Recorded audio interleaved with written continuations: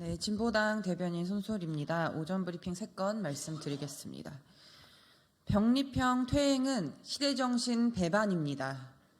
더불어민주당 지도부가 선거제를 전 당원 투표로 결정하기로 하고 실무 준비로 돌입했다고 합니다. 멋지게 지면 무슨 소용인가? 이재명 대표의 지난 발언, 병립형도 선택지라던 홍익표 원내대표의 발언의 연장선입니까?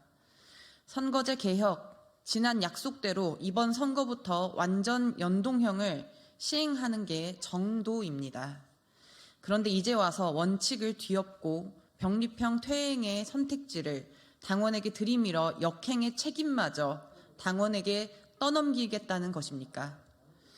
의석수 저울질하며 시대정신도 대국민 약속도 버리려고 하는 겁니까? 촛불이 남긴 정치개혁 성과를 파기하는 것이나 마찬가지입니다. 윤석열 심판 민심을 분열시키는 악수 중에 악수가 될 것입니다. 민주당 지난 총선 당원 투표로 위성정당을 만들었던 과오를 반복하지 마십시오. 지난 잘못에서 무엇 하나 성찰한 것이 없습니까? 선거제를 민주당만의 전유물로 입속 계산으로 활용하는 옹졸한 마음가짐으로 도대체 어떤 개혁을 하고 무슨 정치를 하겠다는 것입니까? 병립형 퇴행 시도 즉각 중단하십시오. 윤 정권 심판 민심 모아낼 연합 정치만이 유일한 답안지입니다. 네, 두 번째 브리핑입니다. 공수처 수사 대상이 보복 감사에 나서다니 최재해 감사원 적반하장 황당합니다. 감사원이 어제 고위공직자범죄수사처를 감사하겠다고 밝혔습니다. 공수처 수사 대상인 감사원이 공수처 감사에 나서겠다니 누가 보더라도 보복성이라고 할 수밖에 없습니다. 최재해 원장, 유병호 총장은 표적감사 의혹에 성실히 수사부터 받으십시오. 유병호 사무총장은 심지어 공수처의 수차례 출석 요구에도 불응하며 비협조적인 태도를 일관하지 않았습니까? 이제야 막 경찰 수사를 받았는데 바로 보복 감사에 나서다니 적반하장도 유분수입니다. 감사원은 공수처 감사 계획이 통상적인 정기감사라고 하는데 그 말을 믿을 사람이 누가 있겠습니까?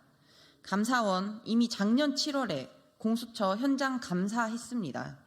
무엇이 통상적이란 말입니까? 오죽하면 감사위원들 중에서도 이렇게 하면 감사원 중립성 의심받는다 걱정하겠습니까? 감사원 내부에서 터져나오는 목소리가 무리한 공수처 감사 논란이 의도를 가진 보복 감사임을 똑똑히 일러줍니다. 공수처 감사 계획 철회하십시오. 보복할 생각 말고 최 원장, 유 총장은 본인들 범죄 수사부터 똑바로 받으십시오. 감사원은 최 원장, 유 총장의 호위대가 아닙니다. 네, 마지막 브리핑입니다. 공공성 대책 없는 필수 의료 강화는 불가능합니다.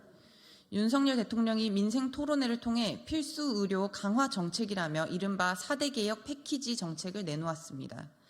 그간 국민들도 강하게 요구해왔던 의대 정원 확대도 당연히 필요하고 수도권에 초집중된 의료 인력을 지역으로 분산하는 취지 또한 담고 있는 것처럼 보이지만 정부의 안에서 통째로 빠져있는 것은 바로 의료의 공공성 강화입니다.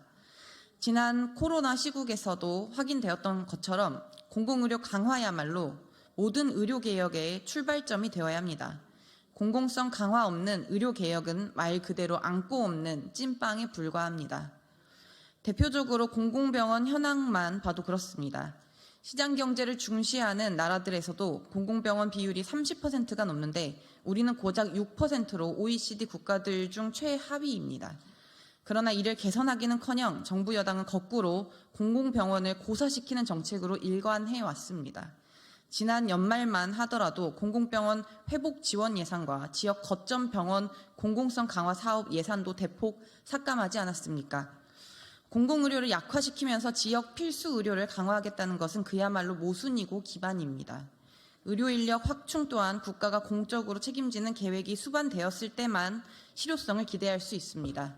민생 토론의 제목대로 정말로 생명과 지역을 살리고 싶다면 의료 민영화 정책들을 모두 철회하고 공공성 강화 대책부터 내놓으십시오. 네, 이상입니다. 감사합니다.